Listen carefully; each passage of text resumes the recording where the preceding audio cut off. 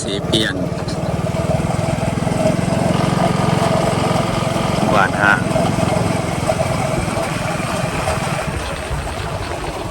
แม่น้ำสีเปลี่ยน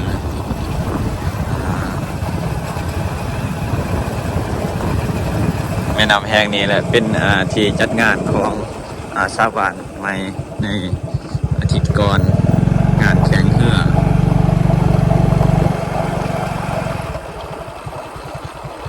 ในตลาดแข่งเรือสบายดีเปิดที่ไปงานคือกันบ่เอาสบายดีพี่น้องยินดีต้อนรับเข้าสู่การเดินทางของหัวเงินบ่าวลาวเส้นเก่าเหมือนเคย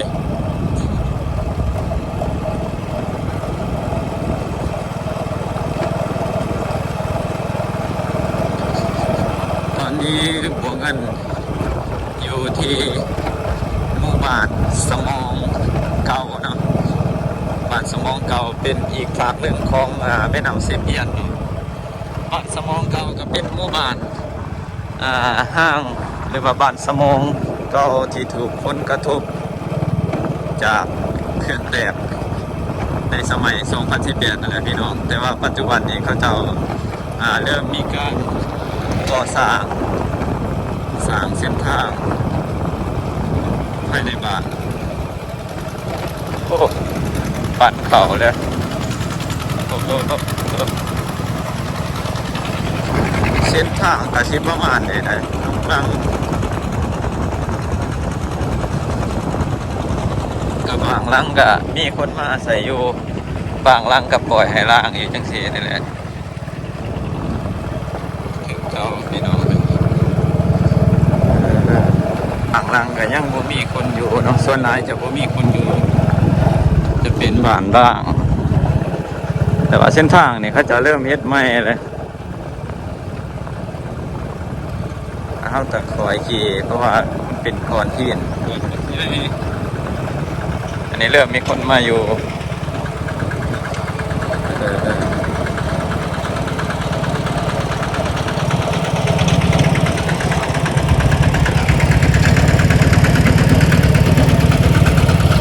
จะไปเที่ยวงานบุญบ่ ไปงานบุญพอไปเที่ยวงานช่วงเฮือบ่เนี่ย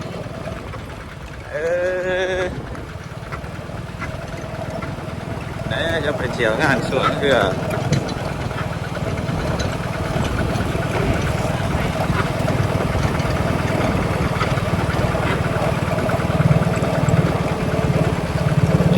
จะเปลี่ยนว่าเส้นทางลูกหลังก็จะประมาณนี้ทุกคนเลย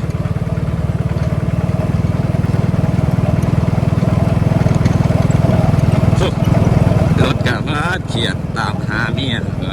ใส่เบอร์โทรพอเอามันสั่นเกือบกักพี่น้องเลยรถเท่ากับต้องคอยขี่ได้นี่ขี่บ่ได้ไว้โอ้รถข้างหลังอันนี้คือหมู่บ้านห้างเห็นชาวบ้านแต่เขา2018พี่น้องเลยถือว่ายังบ่มีคนมาอาศัยอยู่บางหลังนี่ยังงามเลยนี่ว่าเปิดก็ไปอยู่บ้านจัดสรรไว้นี่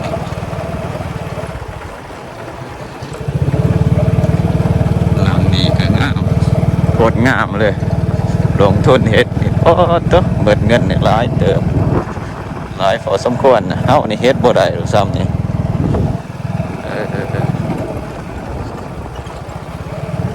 ร่างเบิดเลย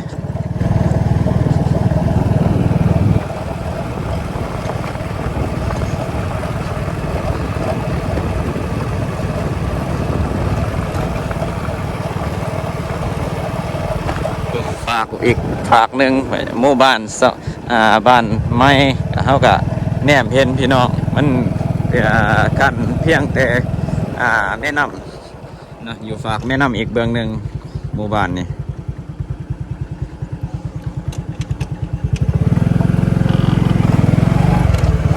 ฝ คนนี่ก็คือสีมาเที่ยวหลายอยู่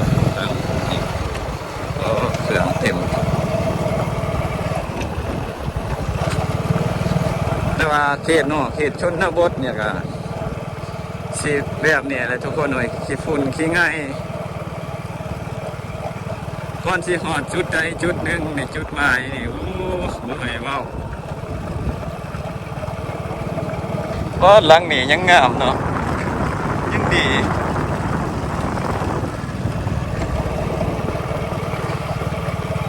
อันนี้คนกับว่าท่านเกี่ยวหลายคนใดเพื่อแหละหอดช่วงยามฤดูกาลนกมันถอนมันสีลาย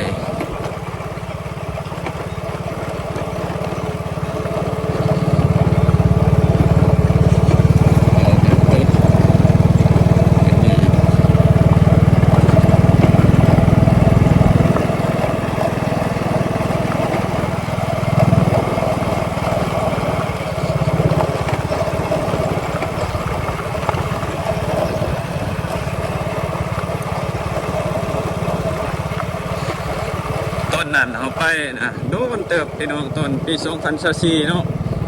เส้นทางจะยังแบบว่าเส้นทางเพียงกับพื้นดินเลยนะมันเป็นหลุมเป็นบ่อร้ายส่วนนั้นแต่ว่าตอนนี้เขาจะเอาหินกับดินมาเหยียบใส่ดินแดงคือเก่านั่นแหละแต่ว่าก็อยากสบายง่ายขึ้นแต่ว่าเอาว่าคุ้นเคยกับเส้นทางเขาเฮ็ดเนี่ยขี่รถเล่นมาไหวเพิ่งเขาเจ้าไปหลุนเขาขี่รถ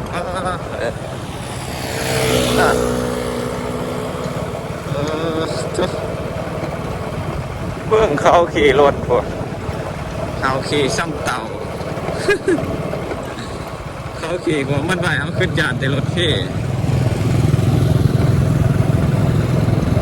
นี่เพื่อนกาสีไปงานบุญคือเก่า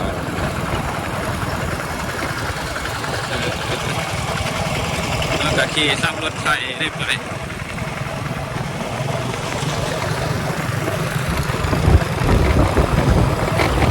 คนเขาเรื่องกับเส้นทางนี่เขาขี่บอกคิดมันเอาขี่ในย่านแต่รถเท่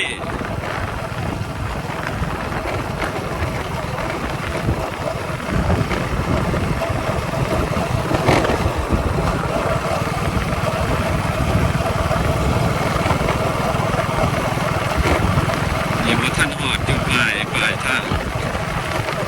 ท่านนี่เลยอันนี้เบิดบ้านหมู่บ้านสมองก็ที่เข้าสู่เขตหมู่บ้านที่ลาดอีกหมู่บ้านหนึ่งคือบ้านห้างที่เจอผลกระทบคือกันแต่ว่าบ้านนี้จะมีงานจัดงานบุญในบ้านห้างเทื่อนึงทางเลขของพวกเงินใดที่สีใดมาทางนี้ถือว่าเมื่อนี้ก็เป็นมือสุดีเนี่ยเนาะพอฝนกันไปเกี่ยวข้าวก็เลยได้มาเที่ยวทางนี้พาทุกคนมาสัมผัสเบิ่งกับบรรยากาศในหมู่บ้านล่างอีกเทื่อนึง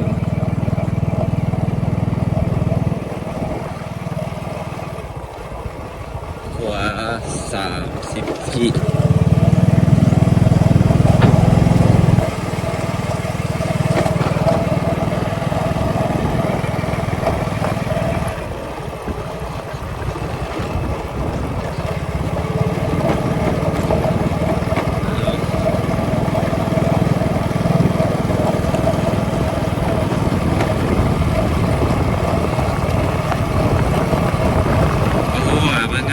สิเคลื่อนคนสีมาลายหรือบ่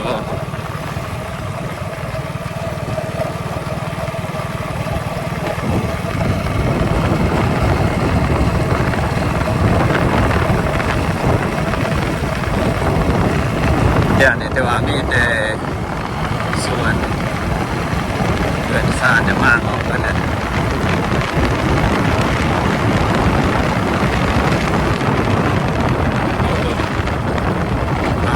ไว้คือเขาพอได้เดี๋ยวนี้ญาติพี่น้องเลยญาติไปรถบาดเขาเพราะขี่รถ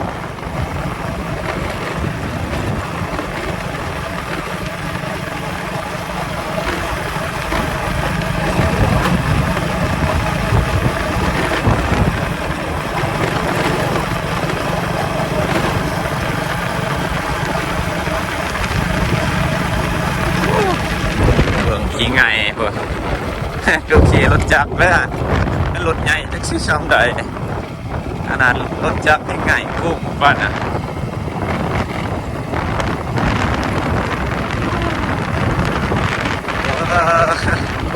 เป็นมวยนี่โอ้อันนี้ขนาดพอต้นอ่อนเดือน4เดือน5เมืองเข้าขี่รถก็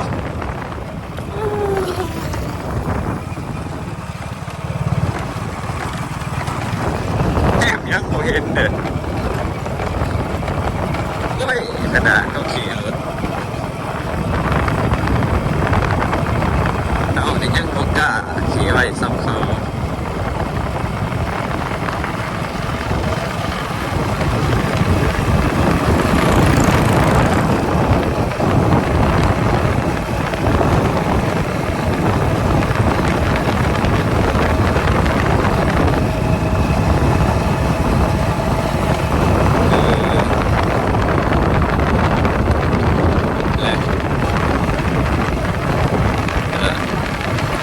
ไอ้ที่หอนพี่น้องบ้านทางหรือว่าบ้านทาง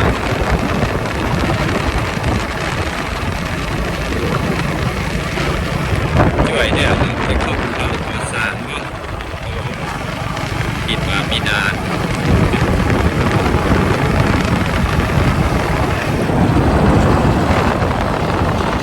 ก็นี่รถใหญ่เป็นมันสูงเกินอันนี้ก็ห้าง